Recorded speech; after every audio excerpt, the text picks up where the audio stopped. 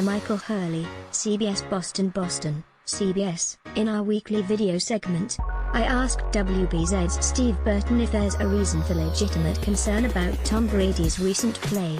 He nearly loved me off the set.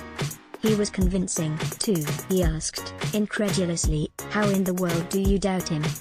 He's right, you can't. But I do, at least, I half doubt him, in that I doubt that he is fully healthy, or even close to it, and I believe it's affecting his play. Stats aren't everything, but the stats aren't good. Ever since the Dolphins beat the bejesus out of him back in Week 12, Brady has been a mediocre quarterback. In the last 4 weeks, Brady has thrown 4 touchdowns and 5 interceptions. His 2 touchdowns this past Sunday weren't spectacular passes. One came on a back shoulder throw to Rob Gronkowski that was far too wide and required a superhuman effort from the tight end. The other came on a screen pass behind the line of scrimmage. Another of his touchdowns in the month of December came on a pass to James White in the flat. His interceptions, for the most part, have been quite bad, too.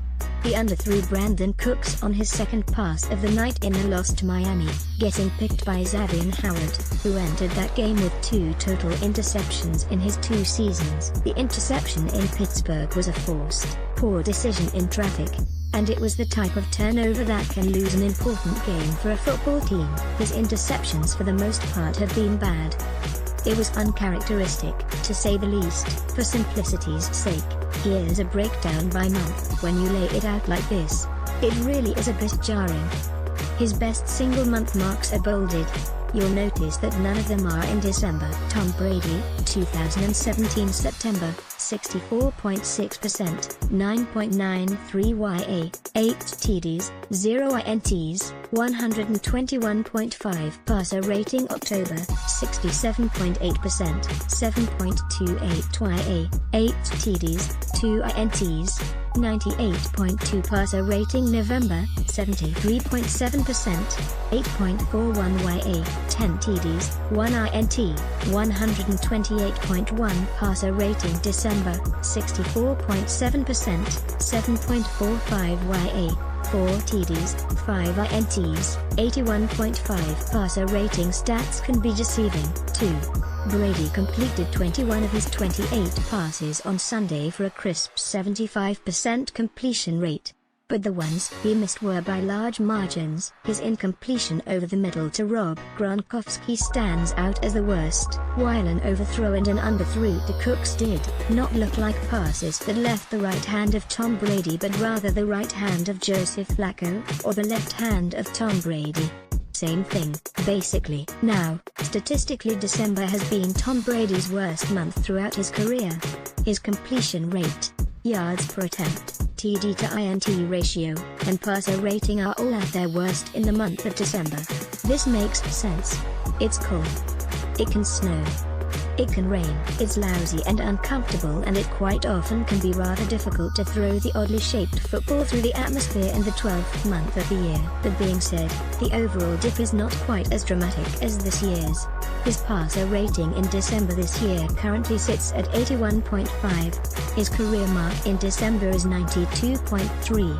His TD to INT ratio this December this year is 0.8 to 1. The career mark in December is 2.49 to 1.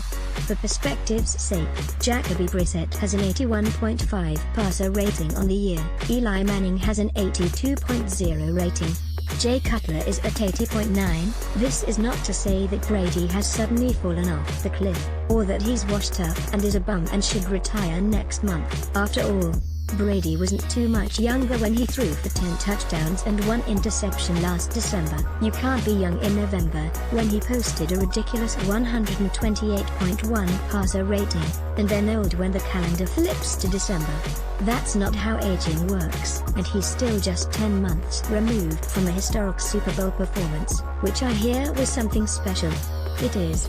However, to say that the NFL season is long, particularly one that sends a team to Denver and Mexico City in consecutive weeks as part of a stretch of 5 road games in 6 weeks, that stretch ended with a road game on Monday night followed by a road game on the short week. That's a grind. Perhaps Brady is a bit exhausted throughout his career. at different ages. He's made it through seasons at different levels of health. He battled through the 2009 season at age 32 with a broken finger and broken ribs. As a young buck in 2002, he suffered a shoulder separation in December, one that worsened when he played through it. He rehabbed, played through the 2003 season, won the Super Bowl, and then underwent off-season surgery. This Boston Globe story should be read aloud at Brady's Hall of Fame induction. Sometimes over the course of a season, a football player sustains some damage that we don't know about until after the season, or for years later. So perhaps the injury concerns with his throwing hand that appeared to be present on television broadcasts all the way back in Week 5 in Tampa have some merit. Brady has been on the injury report since Week 12, but I'm not entirely sure what to make of the Achilles injury. In one of his weekly interviews with Jim Gray, Brady said, "I think they have me listed as an Achilles. Make of that comment what you will, but the midweek Achilles injury had a way of evaporating in time for Friday's final injury report." This week, the Patriots added Brady's left shoulder to Brady's injury list. This makes sense considering all the hits he's taken over the past few months. A 25-year-old quarterback might be sore after all that. A 40-year-old quarterback certainly would be as well, even if he does subscribe to a Magic Beans diet. Speaking of which, a popular topic of conversation in Boston regarding Brady's dip in play has involved the banishment of Brady's guru, Alex Guerrero, from the sideline. This seems a rather unlikely source. Guerrero helps Brady stretch and rubs his muscles to maximum efficiency. He doesn't tell Brady where the holes are in Miami's zone coverage.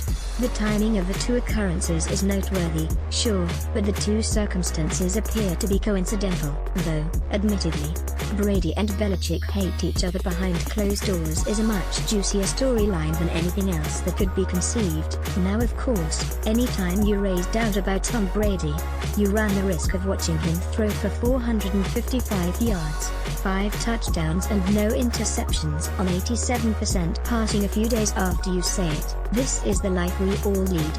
However, it is to at least be on your radar, and the Patriots' radar, that the best quarterback in the NFL has not been playing at the MVP level he displayed from September through November. Thus far, the dip in performance has not hurt them in their quest to land the #1 seed in the AFC.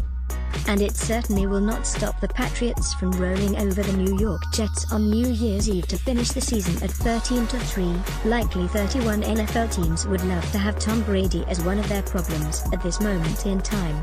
But with the playoffs on deck, and with winning a Super Bowl still serving as the only goal that matters in New England, the Patriots quite simply need their quarterback to play better than he's been in the month of December. You can email Michael Hurley or find him on Twitter at Michael Hurley.